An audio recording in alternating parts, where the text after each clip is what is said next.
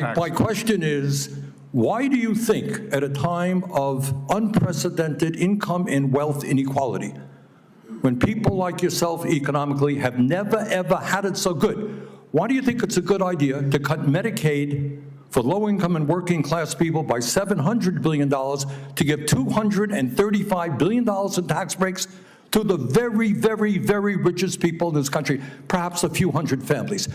Please justify that and tell me about that. Bernie Sanders completely exploded on hedge fund manager Scott Bessent. And honestly, thank God someone did, because he caught him dead to rights trying to sneak a massive corporate heist right past the American public. We are talking about a plan to slash a staggering $700 billion from Medicaid for working class families, all to fund a grotesque $235 billion estate tax giveaway tailored specifically for a few hundred ultra-wealthy billionaire families. Help me out here. My understanding is the Trump administration has, I think, 13 billionaires in office right now, leading government agencies. Is that about right, do you think? I have no idea, Senator. I think that's what the number is. Do you think it's a coincidence, given the large number of billionaires in the Trump administration, that this particular piece of legislation would provide $235 billion in tax breaks to the top 0.2% by expanding the exemptions in the estate tax? Senator, I will tell you that when the 2017 Tax Cuts and Jobs Act passed, my tax rate went up. Well, I don't know your exact situation, but I can tell you. Tell me about how many people do you think are in the top 0.2%? Sorry? Number of people in the top 0.2% who would benefit from this particular $235 billion tax break. Well, the top, I know the top 10% is right. now paying 7%. That's not the question. The total tax. My question is, why do you think at a time of unprecedented income and wealth inequality, when people like yourself economically have never, ever had it so good, why do you think it's a good idea to cut Medicaid for low-income and working-class people by $700 billion, to give $235 billion in tax breaks to the very, very, very richest people in this country, perhaps a few hundred families?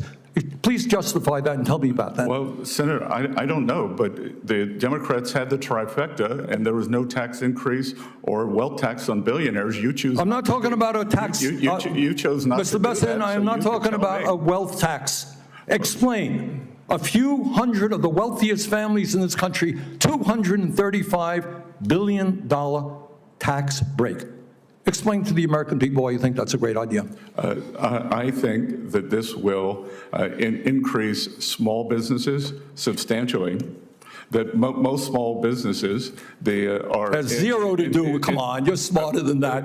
This is the top 0.2%. This is not a mom and pop store. These are multi-billionaires, and the savings go to their kids after they pass away. This is nothing more than a gift to billionaires in this country. Well, sir, that's just not correct, because the top 10% paid a bigger share of taxes after TCJA. I'm talking about one provision in this. I don't want to argue with you about taxes in general. One provision, few hundred families, $235 billion in tax breaks.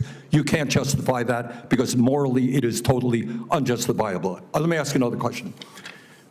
If you guys want to cut $1 trillion in Medicaid and the Affordable Care Act, the estimate from CBO, I believe, is that over 15 million people lose their health insurance. Yale University and the University of Pennsylvania estimated that when you throw that many low-income and working-class people off of health care, some 50,000 people a year will die. Tell me why you think it's a good idea to give tax breaks to billionaires and allow 50,000 low-income and working-class people to die unnecessarily? Senator, first of all, that's overstated by 5.1 million.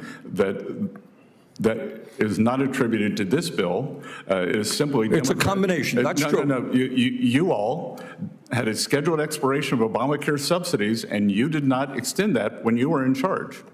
5.1 million. 1.4 million illegal aliens on Medicaid. All right, look, and there are work requirements. And our goal is to get more money to children and mothers. Really? Your goal is to get more money to children, yeah, and working people, really, come on. Do you know how many people, and I was surprised to hear this, I don't know if you know it or not, how many people lose their jobs every year, quit, or get fired or whatever? Do you have any idea? Well, there's something called the quits rate, and so when the job market is strong, more people quit. But yeah, I was surprised that I just researched this. I don't know. Do you happen to know? I don't know the number. I was surprised. I mean, would it be shocking to you? It was to me. 20 million people leave their jobs a year. Doesn't shock you, right? It's a big labor force, right? Yep. So some guy leaves the job. Maybe they move. Maybe something happens in their lives, right? We have a lot of transition in the labor market, correct? Maybe they get a better job. Right, exactly. Maybe they do. Or maybe they have to stay home, their wife gets sick, whatever, we don't know. But 20 million people lose their jobs in a given year, leave their jobs in a given year. Are those people lazy?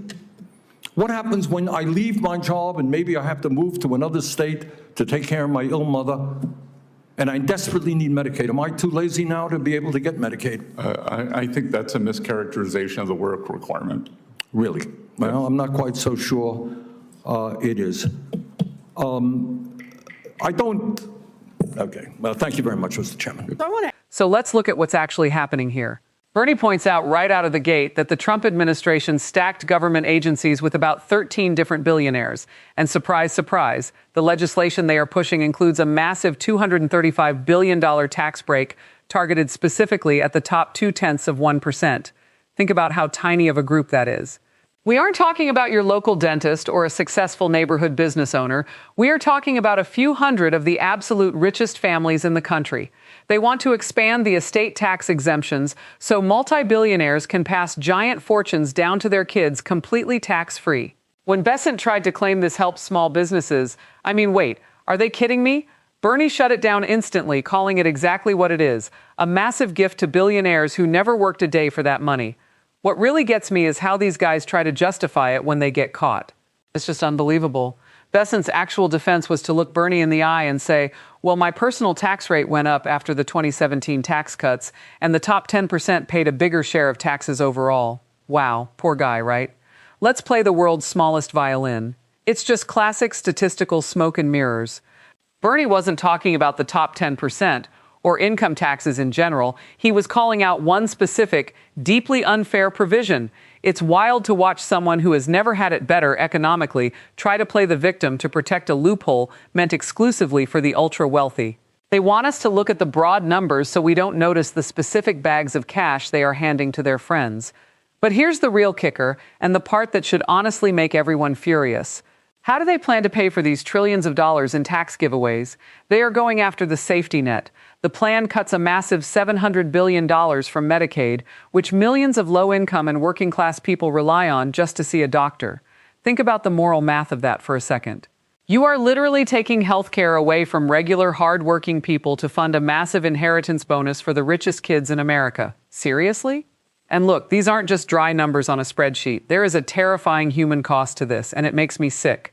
Bernie cited data from the Congressional Budget Office, Yale, and Penn, showing that cutting this funding would throw over 15 million people off their health insurance. The experts estimate that stripping that many people of health care would lead to about 50,000 unnecessary preventable deaths every single year. Bessent tried to play down the numbers, arguing over the exact millions and deflecting the blame toward immigration and past policies. But you can't spin your way out of the basic reality. When you strip health coverage from poor people to give tax breaks to billionaires, people die.